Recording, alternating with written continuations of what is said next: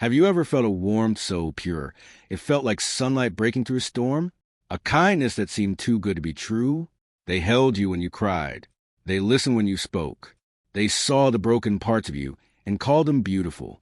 You trusted them. You finally felt safe. But then the sun disappeared. One day, without warning, the hand that used to wipe your tears was the one choking the life out of you. The eyes that looked at you with love turned cold, empty, and amused by your pain. You didn't just lose a friend or a lover. You were dismantled, piece by piece, by the very person you let inside the walls. And the most terrifying part? They enjoyed it. Why? Why do people pretend to be angels just to become demons?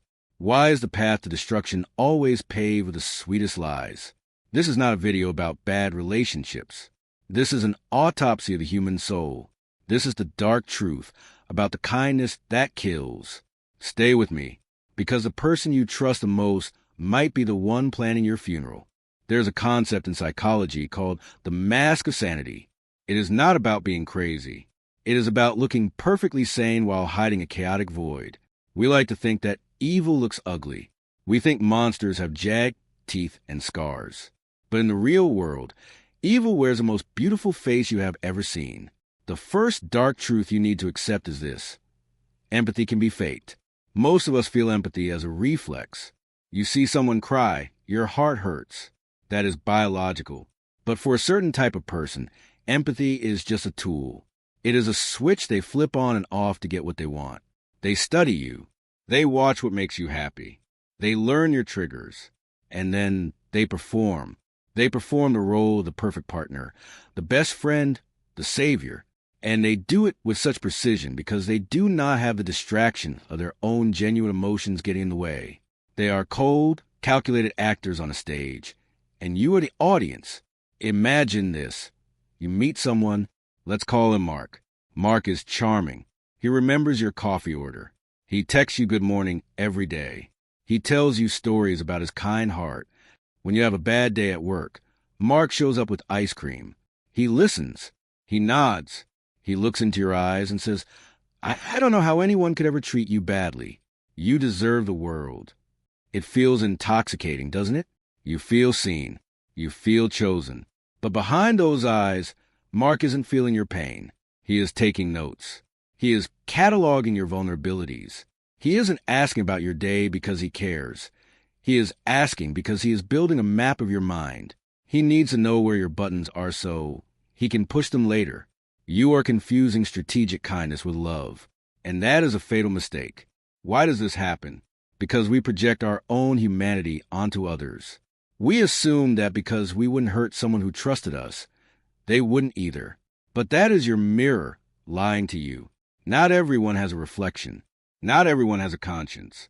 Have you ever wondered why they were so perfect, so quickly? Why did it feel like a fairy tale? Because it was scripted. It was written by them to lure you in. The mask is heavy, but they wear it effortlessly. And just when you feel safe enough to close your eyes, the mask comes off.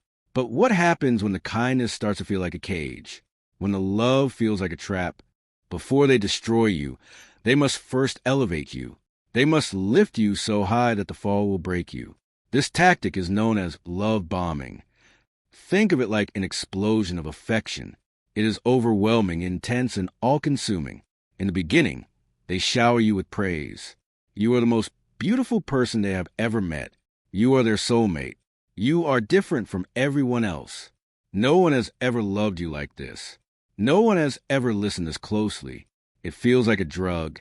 Your brain releases dopamine, oxytocin, serotonin. You are addicted to their approval.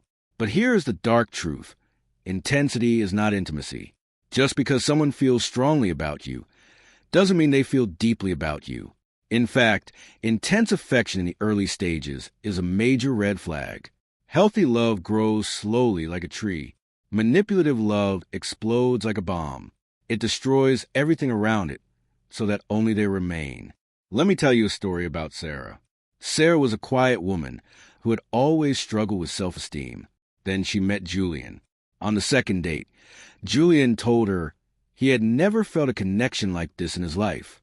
By the second week, he was talking about moving in together. He sent her flowers at work every single day. He posted pictures of her on social media, calling her the one. Sarah felt like she was floating. She thought, finally someone sees me. But there was a price to pay for this paradise. Julian wanted all her time. If she didn't text back in 5 minutes, he became worried. If she wanted to see her friends, he asked, "Why would you want to be with them when you have me?" He framed his jealousy as love. He said, "I just love you so much. I can't stand to be apart." Slowly, Sarah's world began to shrink. Her friends stopped calling because they knew she was with Julian. Her hobbies faded away. Her entire identity became Julian's girlfriend. She didn't realize it, but she was being isolated. The love bombing was actually a siege. He was cutting off her supply lines to the real world so that he became the only source of air. And this is the point of love bombing. It creates a dependency so deep that you feel you cannot survive without them.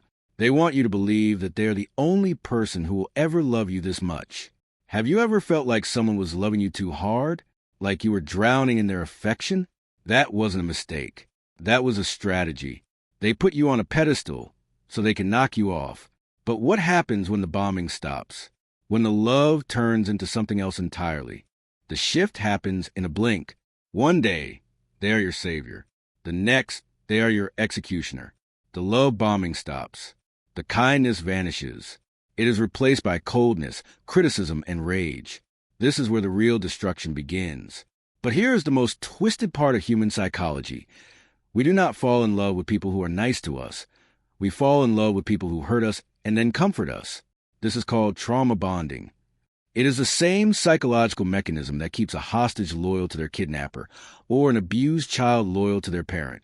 It is a cycle of abuse followed by intermittent reinforcement. Think of a slot machine. If you pulled the lever and won every time, you would get bored. If you pulled it and lost every time, you would quit. But if you win sometimes, randomly, unpredictably, you will pull that lever all night until you have no money left. That is what these dark personalities do to you. They give you the win, the love bombing. Then they give you the loss, the abuse. Then they give you a win again, the apology. Let's go back to Sarah. After weeks of love bombing, Julian snapped. He came home one night and threw his keys against the wall. He screamed at Sarah because the dinner was cold. He called her useless. He told her she was lucky he even put up with her. Sarah was terrified. She cried. She felt the pain of his rejection, like a physical blow. It hurt so much because it contrasted so sharply with the perfect love he had shown her just days before. But the next morning, Julian brought her coffee in bed. He held her and wept. He said, "Baby, I'm so sorry. I've just been so stressed at work. I didn't mean it. You know I love you more than anything." Relief flooded Sarah's body. The pain stopped. The safety returned. And that relief felt better than any normal happiness she had ever felt. She felt she had earned his love again. She was now addicted to the cycle. She spent the rest of the relationship trying to get back to the high of the beginning, tolerating the lows of the abuse just to feel that relief one more time. This is the trap. They destroy your self-esteem, and then they become the only one who can repair it.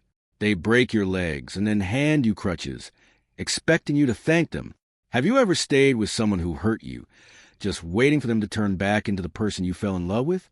Did you realize that the person you fell in love with never actually existed? You aren't fighting for their love. You are fighting for your own survival. But what is actually happening inside their mind while they watch you suffer? There's a difference between hot empathy and cold empathy. Hot empathy is what you feel. Your heart races, you cry, you feel their pain. It is emotional and visceral. Cold empathy is cognitive. It is intellectual. It is the ability to understand how you feel without feeling it themselves. This is the superpower of the manipulator. They have cold empathy. They look at your tears and they don't feel sadness. They feel curiosity. They feel power. They analyze your facial expressions, your tone of voice, and your body language like a scientist studying a rat in a maze. They know exactly what to say to make you bleed, and they know exactly what to say to make you heal. The dark truth here is, to them, you are not a person. You are a resource. You are a source of narcissistic supply. Supply is attention, emotion, sex, money, status. When you are happy, you give them positive supply. When you're crying and begging, you give them negative supply. Both feed their ego. Both make them feel real. Imagine you're looking at a lion in a cage. The lion looks at you. You might think the lion is thinking about your day or your feelings, but the lion is only thinking about your meat. That is the relationship. I want you to think about a time you were pouring your heart out to someone. You were telling them your deepest fears. You were vulnerable. You looked into their eyes, expecting warmth. But what did you see? Did you see a flicker of boredom? Did you see a lack of emotion? Did you feel like they were looking through you instead of at you? That was the predator's stare. It is a look of detachment. They were watching your performance, grading your acting, deciding their next move. They don't lose sleep at night, worrying about what they said to you. They don't feel guilt. Guilt requires a conscience. They only feel frustration if their manipulation isn't working as fast as they want it to. They will mimic your emotions to blend in. If you are angry, they get angry. If you are sad, they act sad. But it is a reflection in a mirror. It has no depth. You try to reason with them. You try to appeal to their heart. If you love me, you wouldn't do this, you say. But that logic doesn't work on a predator. You cannot negotiate with a shark. You cannot ask a tornado to stop spinning. You are trying to humanize a person who has shed their humanity to win the game. Why do they do this? What is the void inside them that they are trying to fill? Deep inside the manipulator is a void, a terrifying, echoing emptiness. They do not have a solid sense of self. They do not know who they are. Because they do not possess an internal soul, they must consume the souls of others to feel alive. This brings us to the most painful truth of all. They destroyed you not because you were weak, but because you were whole. They envy you. It sounds crazy, doesn't it? They acted like gods. They treated you like you were beneath them. But deep down, they hated you because you could feel, because you could love, because you had a life that was real. They are imposters. They are terrified that one day, everyone will see that they are hollow. So, they must destroy anyone who shines too bright. They must dim your light, so that their darkness doesn't look so obvious. When they first met you, they saw your warmth, your kindness, your talent. They wanted it. They wanted to possess it. But they couldn't steal it, so they decided to break it. It is the classic crab bucket mentality. If you put a crab in a bucket, it will climb out. But if you put multiple crabs in a bucket, they will drag each other down. If one crab tries to escape, the others grab it and pull it back into the doom. These people are the crabs in the bucket of your life. Think about the moments before the destruction. You were succeeding. You were happy. You were glowing. And then the criticism started. You think you're so smart, don't you? Who do you think you are? You're getting too big for your boots. They tried to shrink you down to their size. They wanted to make you feel as small and empty as they feel. It wasn't personal. You were just the nearest source of light. But the damage is done. They didn't just hurt your feelings. They rewired your brain. You are no longer the person you were before they walked into your life. Can you feel the difference? Do you trust less? Do you love with more fear? That is the scar they left behind. How do you survive something like this?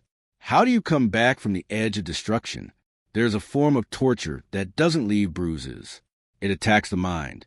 It is called gaslighting. This is when they systematically deny your reality. They make you question your own memory, your own sanity, your own perception of the world. They say, I never said that. You're imagining things. You're crazy. You're too sensitive. The dark truth is, if you can control a person's reality, you control the person. Once they destroy your trust in yourself, you become dependent on them to tell you what is real. You stop trusting your gut. You stop trusting your eyes. You look to them for the truth. Imagine this scenario. You find a text message on their phone to someone else. It's flirty. It's cheating.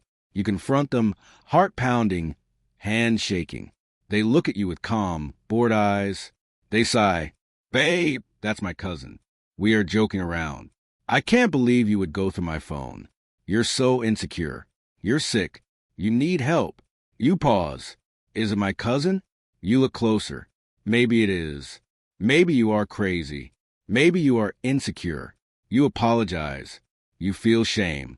The next day, they buy you a gift. The cycle continues. 6 months later, you find out it wasn't their cousin. But by then, you have already doubted yourself 1,000 times. You've already apologized for things you never did. You have already lost your grip on what is true. Gaslighting is slow murder. It kills the you inside you. They want to erase you. They want to replace your personality with their script. They want you to be a puppet that moves when they pull the string. The most devastating part is that they often do it subtly. It's not always big lies. Sometimes it's just a roll of the eyes when you speak, a laugh when you're serious, a dismissal of your feelings. It makes you feel invisible, like a ghost haunting your own life. Have you ever sat in a room full of people and felt like you were disappearing? Like the person you used to be was fading away, leaving only a shell that obeys and pleases? That is the goal, to make you a prop in their movie. And the moment you try to become the main character again, the movie ends. And when they are done with you, when they have sucked you dry, what happens next? The end is never peaceful. It is violent. It is called the discard. One day, you wake up and they are gone. Or worse, they are still there, but they are looking at you like you are a stranger. They don't break up with you like a normal human. They devalue you. They treat you like trash. They make you feel like you are the worst thing that ever happened to them. They rewrite the history of the relationship. Suddenly, you were the problem. You were the abuser. You were the crazy one. The dark truth is, they never loved you. They loved how you made them feel. And now that you no longer provide that high, or you'll start to see through the mask, you are useless to them. You are a battery with no charge. You are trash to be taken out. I remember a man named David. He spent 5 years taking care of a woman who used him for his money and his status. He paid her debts.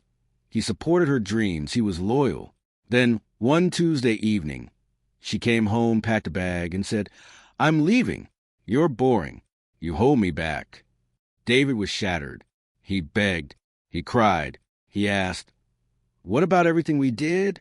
What about our plans?" She laughed. She said, "That was then. This is now." And she walked out, just like that. No closure. No explanation. Because to her, there was nothing to explain. She was done playing the game. David spent years trying to understand. He thought if he just apologized more or tried harder, she would come back. But he didn't understand. He wasn't a person to her. He was a prop. And when the scene was over, the prop goes back in the box. This is a cruelty of the dark personality. They do not grieve. They replace. While you are lying on the floor, unable to breathe, wondering what went wrong, they are already texting the next victim. They are already creating the next mask. They move on instantly. It is called switching. They turn off their feelings for you and turn them on for someone else. You see them happy a week later with a new person. They are posting pictures. They are in love again. It makes you question reality. Did it mean nothing? Was I nothing? Yes. To them, it meant nothing. But this is where the story changes. This is where the power shifts. Because they destroyed the person you were. But in doing so, they force a new person to be born. We have walked through the valley of shadows. We have seen the mask, the love bombing, the trauma, the predation, the envy, the gaslighting, and the discard.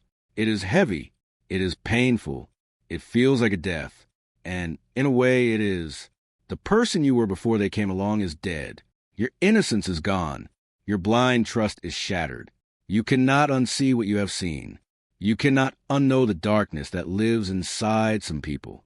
But there is a realization waiting for you in the ruins. A truth so powerful it will change you forever. They destroyed you because you were stronger than them. Think about it. They needed to manipulate you. They needed to lie, to cheat, to play games, to wear a mask. Why? Because they could not survive as their true selves. They were too weak to face the world without a disguise. You face them. You survived the psychological torture. You are still here. You are watching this video. You are trying to understand. You have been to hell, and you are still walking. The pain you feel, that is not weakness. That is the feeling of your boundaries being rebuilt stronger than before. That is your intuition waking up. Your gut told you something was wrong, and you were right. Trust that gut now. They tried to make you feel small, so they could feel big. They tried to make you feel crazy, so they could feel sane. But look at them. They are trapped in an endless cycle of hunting and destroying. They are forever empty, forever searching, forever wearing a mask that gets heavier every day. They are doomed. And you? You are free. Yes, it hurts. Yes, you have scars.